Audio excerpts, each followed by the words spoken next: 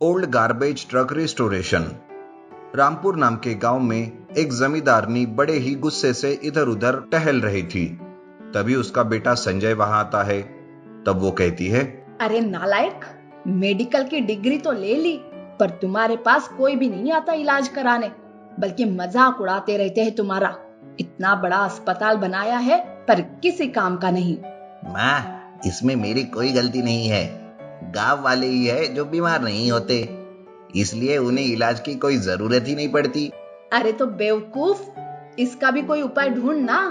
अगर घी सीधी उंगली से ना निकले तो उंगली टेढ़ी करनी पड़ती है, ये भी समझ में नहीं आता।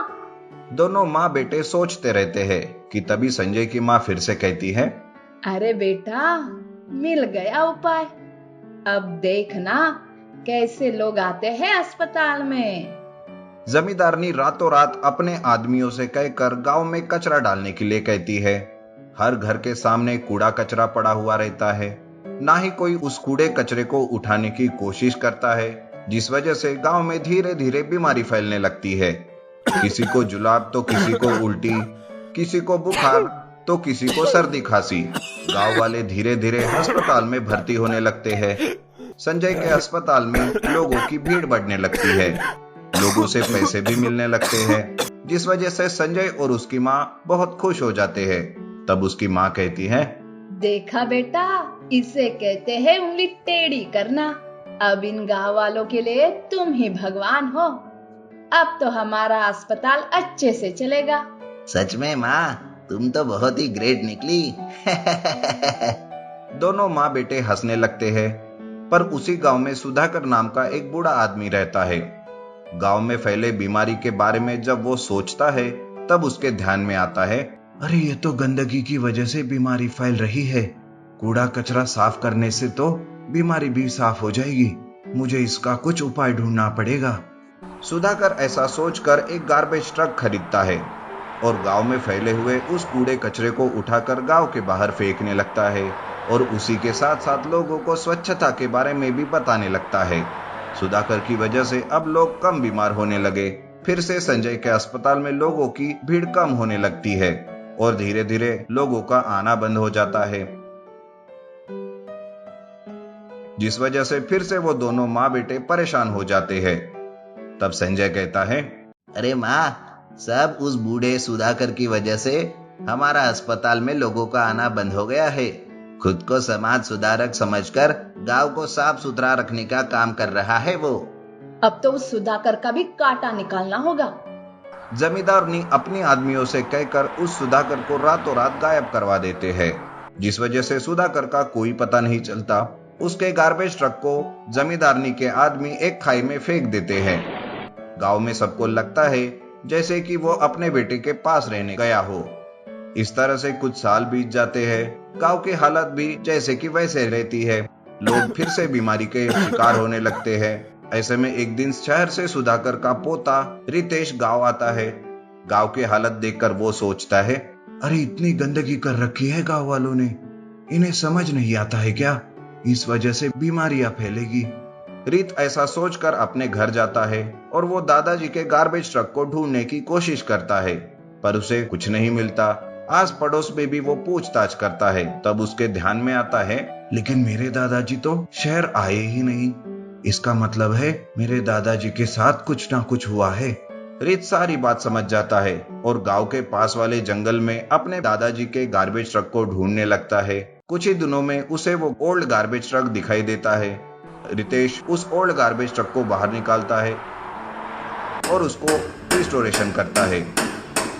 कुछ ही दिनों के अंदर वो अपने दादाजी के ओल्ड गार्बेज ट्रक को नए जैसे बनाता है और दूसरे दिन से ही गांव में ले जाकर उससे कूड़ा कचरा उठाकर गांव के बाहर फेंकने लगता है। ये बात संजय के माँ को पता चलती है। तब वो सोचती है, पहले दादाजी और अब पोता, शायद पोते को भी उसके दादाजी के पास भेजना होगा। ऐसा सोचकर संजय कुछ गुंडों को लेकर रीत के घर जाता है। वो गुंडे रीत को मारने की कोशिश करते हैं। तब रीत भी उनका अच्छे से सामना करते हुए उन्हें खूब पीटता है। तब सारे गांव वाले इकट्ठा हो जाते हैं। तब रितेश संजय को पकड़कर गांव वालों से कहता है, गांव वालों, ये डॉक्टर संजय कोई भगवान नहीं है, बल्कि इसी की वजह से आप लोग बीमार होते जा रहे हैं। आप लोगों को अपना गांव साफ सुथरा रखना होगा। ये डॉक्टर संजय ही गांव में कूड़ा कचरा फैलाकर बीमारियां पैदा कर रहा था। रितेश की बात सुनकर सारे गांव वाले संजय और उसकी मां को मार मार कर गांव से बाहर निकाल देते हैं और उस दिन से अपने गांव को साफ सुथरा रखने लगते हैं। Restoration old rusty helicopter. Krishnapur नाम का एक गांव समुद्र के किनारे बसा हुआ था। गांव के लगभग सभी लोग फिशिंग का मुख्य व्यवसाय करते थे। उसी गांव में सुंदर नाम का एक मछुआरा अपनी चाचा चाची के साथ रहता था। सुंदर के माता पिता उसके बचपन में ही मर जाते हैं। चाची सुंदर के साथ अच्छा बर्ताव नहीं करती थी और चाचा तो शराब पीकर रहते थे। वो कोई भी काम नहीं करते थे। सुंदर रोज समुंदर से मछली पकड़ने जाता और उन्हें बाजार में बेचता था और आए हुए पैसे चाची के हाथ में रख देता था। एक बार सुंदर पैसे देता है, तब चाची कहती है, अरे ओ सुंदर, आज इतने कम पैसे कैसे? क्या किया पैसों का? इस तरह से चाची गुस्से से बोलने लगती है। तब सुंदर हकलाते हुए कहता है, चाची जी, वो बस आज। अरे ये वो क्या है? साफ साफ बता, क्या बात है? चाची, मैंने चाचा को कुछ पैसे दिए। अरे एक वो तेरा चाचा और एक तू। चाचा को तो अकल नहीं है, पर क्या तेरी अकल घास खाने गई थी? तू तो हमेशा ही ऐसा करता रहता है। अब बहुत हो गया, चल निकल अब मेरे घर से। लेकिन मैं कहाँ जाऊंगा चाची जी? मुझे क्या पता। और हाँ सुन, कभी भी अपनी सूरत मुझे दिखाने मत आना। सुंदर वहाँ से निकल जाता है और रात समुद्र के किनारे बिताता है। सुंदर को कुछ समझ नहीं आता, पर वो हिम्मत नहीं हारता और वो सोचता है, क्या हुआ चाची ने घर से निकाला? ये समुंदर है मेरी मदद करने में, मैं काम करके अपना पेट पाल सकता हूँ। ऐसा सोचकर सुंदर अपने बोट से समुंदर के अंदर जाता है और मछलियां पकड़ने का जाल डालता है। पहली बार तो बहुत सारी मछलियां सुंदर पकड़ लेता है। दूसरी बार भी मछली का जाल वो डालता है और उस जाल को खींचने लगता है, पर उस बार सुंदर वो जाल खींच ही नहीं पाता। अरे ये क्या हुआ? ये जाल ऊपर क्यों नहीं आ रहा है?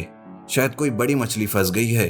अभी अपने दोस्तों को बुलाता हूँ। ऐसा सोचकर सुंदर अपने दोस्तों को बुलाता है। अरे सुनो दोस्तों, मेरी मछली का जाल बहुत भारी हो गया है, लगता है कोई बड़ी मछली फंसी है, जरा आओ तो।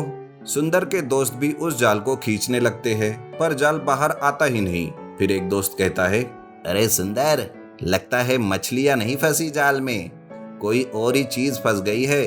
तभी उसका दूसरा दोस्त कहता है, मुझे तो लगता है कोई खजाना है फंसा हुआ, चलो अंदर जाकर देखते हैं। ऐसा कहकर वो अंदर पानी में कूदते हैं। तब पता चलता है कि वहाँ कोई खजाना वजाना नहीं। अरे ये क्या? ये तो एक भंगार पुराना सा हेलीकॉप्टर है। सुंदर इसका क्या करेगा? क्या करेगा मतलब? भंगार में बेचेगा, उसके भी तो पैसे मिलते हैं। और कोई छत ढूंढ लेगा अपने लिए। चाची ने तो उसे घर से निकाल दिया है ना। हाँ ठीक है, पर ये एक फाइटर हेलीकॉप्टर है, पहले इसे बाहर तो निकालते हैं, फिर सोचते हैं कि क्या किया जाए। वो सारे मिलकर एक रस्सी से उस हेलीकॉप्टर को बांधते हैं और एक क्रेन की सहायता से उस पुराने हेलीकॉप्टर को बाहर निकालते हैं। वो हेलीकॉप्टर अंदर तो पूरा रस्टी दिख रहा था, लेकिन बाहर निकलते ही वो काफी नए जैसे चमकने लगता है। सुंदर उस हेलीकॉप्टर को बड़ी ही बारीकी से देखने लगता है और वो सोचता है, हेलीकॉप्टर पानी के नीचे होने की वजह से इस पर रस्ट हो गया है, पर इसका रिस्टोरेशन करूंगा तो शायद ये मेरे काम आ सकता है, पर पैसे कहाँ से लाऊं? सुंदर ऐसे सोचता ही रहता है और वो बैंक से लोन लेता है। सारा चढ़ा हुआ जंग उस पर से निकाल देता है, कुछ नए पार्ट्स भी बदल देता है। कुछ ही दिनों में वो ओल्ड रस्टी हेलीकॉप्टर नए जैसे चमकने लगता है। उस हेलीकॉप्टर को देखकर सभी चकित हो जाते हैं। उसका दोस्त कहता है, अरे सुंदर, ये तो बिल्कुल नया हेलीकॉप्टर बन गया। पहले लगा था कि किसी काम का नहीं, पर ये तो नए जैसे चमक रहा है अब। सुंदर उस हेलीकॉप्टर की मदद से गहरे समुंदर से बड़ी बड़ी मछलियां पकड़ने लगता है। उसके पकड़ी हुई मछलियां वो बड़े बाजार में बेचता है, जिसका उसे अच्छा दाम मिलता है। देखते ही देखते सुंदर एक अमीर आदमी बन जाता है और अपने लिए वो एक बड़ा सा घर खरीदता है और बहुत ही ऐश आराम से अपना जीवन बिताने लगता है। लेकिन जब ये बात सुंदर के चाची को पता चलती है, तब वो सोचती है, अरे ये गरीब सुंदर इतना अमीर बन गया है, उधर तो वो बड़े ही शान से रह रहा है। ऐसा नहीं कि चाचा चाची कैसे है ये देखे। पर छोड़ो, मैं ही जाती हूँ उसके पास। ऐसा सोचकर चाची चाचा को लेकर सुंदर के घर जाती है। बड़ा घर, गाड़ियां देखकर उसकी आंखें खुली की खुली रह जाती है। चाची सुंदर को देखते ही उसके पैर में गिरकर माफी मांगने लगती है। बेटा सुंदर, मुझे माफ कर दो, मुझसे गुनाह हो गया था बेटा, जो मैंने तुझे घर से बाहर निकाल दिया था। अरे चाची, ये क्या कर रहे हो आप? अभी आपको कहीं जाने की जरूरत नहीं, आज से आप लोग यही रह सकते हो। चाची को तो यही चाहिए था। वो तुरंत सुंदर की बात मान लेती है और सुंदर के साथ रहने लगती है। एक दिन सुंदर जब घर में नहीं था, तब कुछ लोग वहां आते हैं और कहते हैं, जी हमें सुंदर से मिलना है, हेलीकॉप्टर के बारे में कुछ बात करनी है। अरे मैं सुंदर की चाची कम माँ हूँ, आप मेरे साथ बात कर सकते हो। वो लोग चाची को उस हेलीकॉप्टर को खरीदने के बारे में कहते हैं। अच्छा, तो आप वो हेलीकॉप्टर खरीदने आए हो? कितने पैसे दोगे आप उसके? हम आपको पूरे 10 करोड़ रुपए देंगे। 10 करोड़ का नाम सुनते ही चाची लालच में आ जाती है और सुंदर को बिना बताए हेलीकॉप्टर को बेच देती है। वो लोग भी चाची को 10 करोड़ रुपए देकर हेलीकॉप्टर लेकर चले जाते हैं, लेकिन हेलीकॉप्टर उड़ते उड़ते बीच हवा में ही गोते खाने लगता है और खराब होकर उसमें से काला धुआं निकलने लगता है। ये देखकर वो लोग उस हेलीकॉप्टर को लेकर वापस चाची के पास आते हैं और खराब हेलीकॉप्टर बेचा इसलिए सभी मिलकर चाची को खूब पीटते हैं। तब तक सुंदर भी वहां आता है और कहता है, अरे ये क्या चाची जी, आप तो सुधरने का नाम ही नहीं ले रही हो। अगर अब भी नहीं सुधरी तो ऐसे ही बाकी की जिंदगी बुढ़ापे में भी मार खाकर कटेगी। सुंदर की यह बात सुनकर चाची को भी महसूस होता है कि वो सही कह रहा है। उस दिन से चाची सुंदर का ख्याल रखने लगती है और उसे बेटे जैसा प्यार करती है।